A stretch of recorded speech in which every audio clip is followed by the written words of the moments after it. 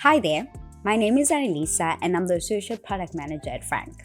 In this lesson, I'll be breaking down the basic concepts of cryptocurrency and the blockchain in a way you can actually understand.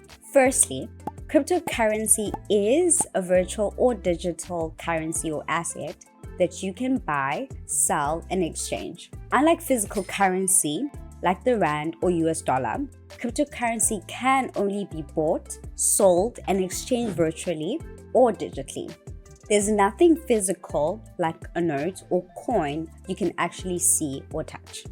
Much like a normal currency, cryptocurrency has value because everyone agrees it has value. The actual asset itself isn't worth anything without this agreement.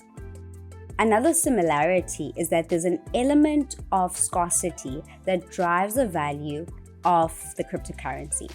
For example, there will only ever be 21 million Bitcoin, which is one of the reasons some people expect the price to rise over time, as more people want it, but there's less to go around.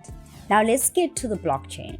For most cryptocurrencies, every time they're bought, sold, or exchanged, these transactions are recorded on a decentralized public ledger called a blockchain.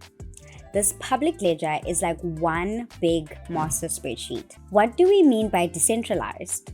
Well, normal currency like the Rand or US dollar is tied to and managed by only a few organizations, namely banks and governments. In the case of cryptocurrency, on the other hand, there are millions of people around the world that manage these transactions. In fact, absolutely anyone can have a copy of that ledger or master spreadsheet and help to manage it. Why is that important, you ask?